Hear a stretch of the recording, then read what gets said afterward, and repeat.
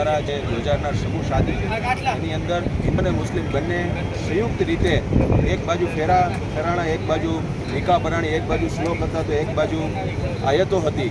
આ સાચા હિન્દુસ્તાનની ઓળખ બચાવે આજે સાબિત કરી છે.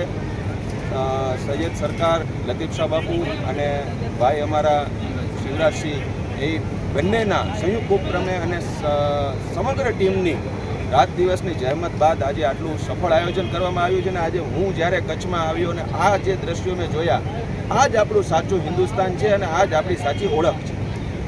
તમે સમગ્ર ગુજરાતમાં ફરી રહ્યા છો અને મુસ્લિમ સમાજ માટે અને કોમી એકતા માટે પણ હંમેશા પ્રયત્ન કરતા રહો.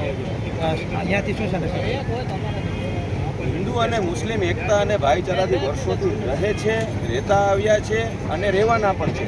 તેમાં મુસ્લિમ સમાજની વિશેષ જવાબદારી છે કે એક સમાજની અંદર પોઝિટિવ વાતાવરણ બને અને આ એકતા અને ભાઈચારો કાયમ રહે તેના માટેના તમામ પ્રયત્નો, એકબીજાના તહેવારોની અંદર શિરકત કરો, એકબીજા હળીમળીને આ પ્રકારે જે અહીંયા જે આપણે જોયું એ જ રીતે તમામ પ્રસંગોની અંદર એકબીજા હળીમળીને કરે અને સાથે સાથે જે કોઈ લોકો આ પ્રકારની કોમી એકતાને તોડવાના પ્રયાસો કરી રહ્યા છે એમને ભાઈચારાથી, એકતાથી આ સંદેશો આપી અને એમને પણ રૂક જાવ કહેવાની સમાજના જાગૃત નાગરિકોને જરૂર છે.